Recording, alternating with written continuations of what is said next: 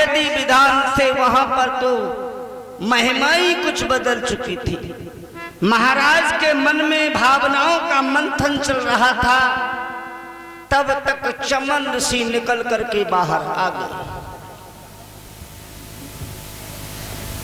जब शरियात महाराज ने देखा है, कहने लगे हैं ईश्वर ये बदलाव कैसा।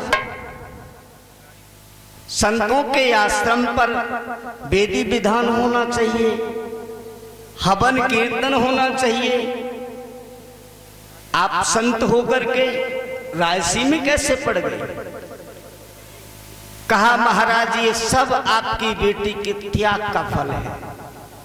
तुम्हारी बेटी ने वो घोर त्याग किया है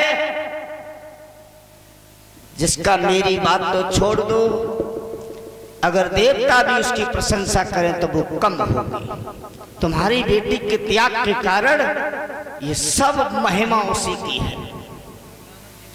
उसी समय बेटी दामाद को लेकर के महाराज अयोध्या धाम जाते हैं। चमन ऋषि अश्विनी कुमार वैद्यों को साथ में ले जाते हैं। यज्ञ में जब भाग दिलाने लगे हैं तो देवताओं के राजा इंद्र उठ करके खड़े हो गए, कहने लगे हैं ये तो अछूत हैं, इन्हें यज्ञ में भाग कैसे दे सकते हो। चमन ऋषि कहने लगे हैं कि अछूत कैसे हैं, आप देवताओं के राजा इंद्र हैं, आपने अछूत कैसे बता दिया। अगर ये अछूत हैं तो कोई प्रमाण होना चाहिए ना।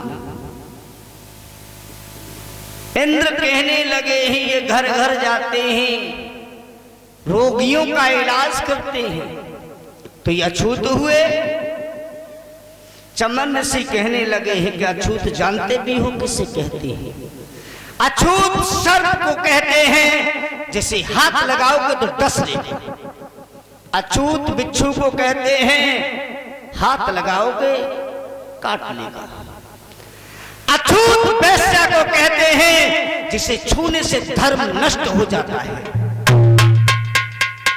जो तुम्हें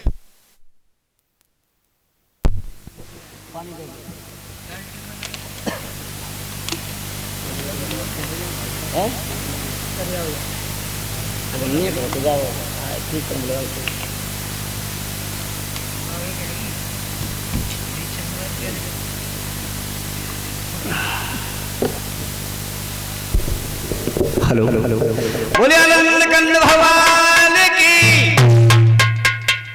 कहा अछूत वैश्या को कहते हैं, जिसे छूने से धर्म नष्ट हो जाता है।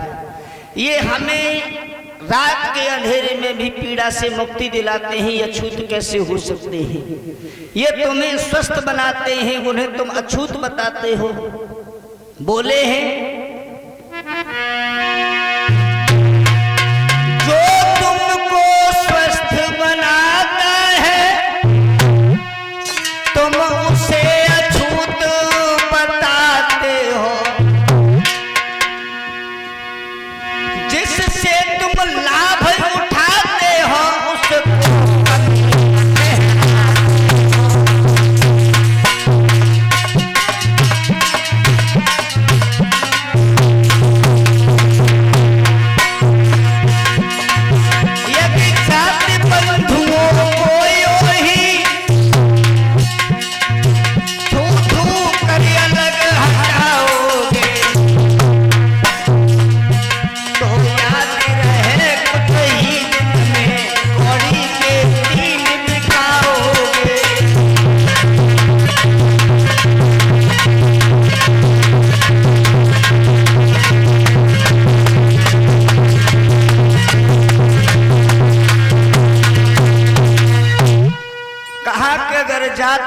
की बात करोगे तो कुछ दिन में कौड़ी के 3 बिकोगे, लेकिन कुछ नहीं कर पाओगे।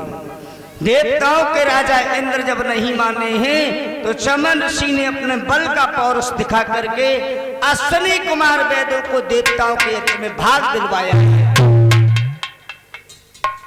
और अपने द्वारा दिए हुए वचन का पालन किया है। बोले आनंद कंद भगवान की।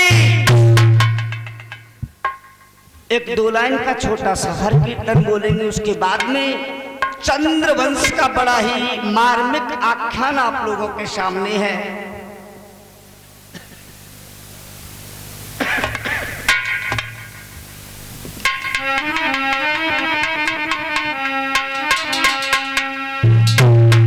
मेरे घर रुनु झुनु होई श्याम की बाजी रही पैंजनिया। घर रुनु श्याम की बाजी रही पैंजनिया।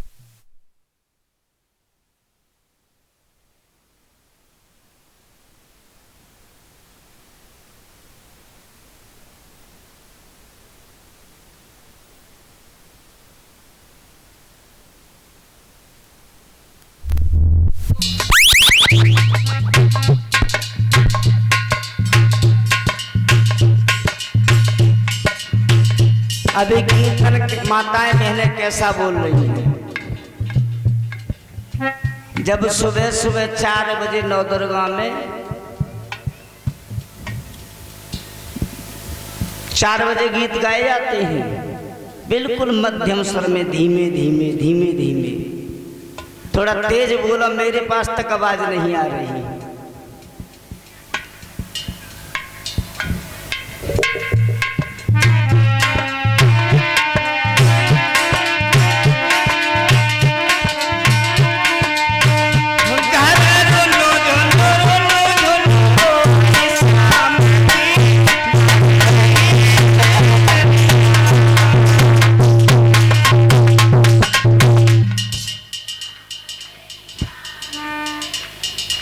बहुत सुंदर।